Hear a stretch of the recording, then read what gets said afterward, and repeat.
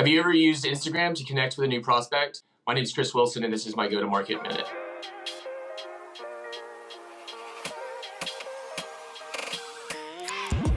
Reaching out on social media platforms I found is a very strong way to connect with a new prospect when you're having a hard time reaching out to them on the phone. So I was able to connect with the VP of a Fortune 1000 company using Instagram.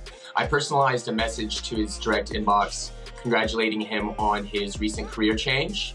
And from there, I fed him some insight into the platform I was hoping to get his attention with. I got his attention, and we were able to schedule a meeting shortly afterwards.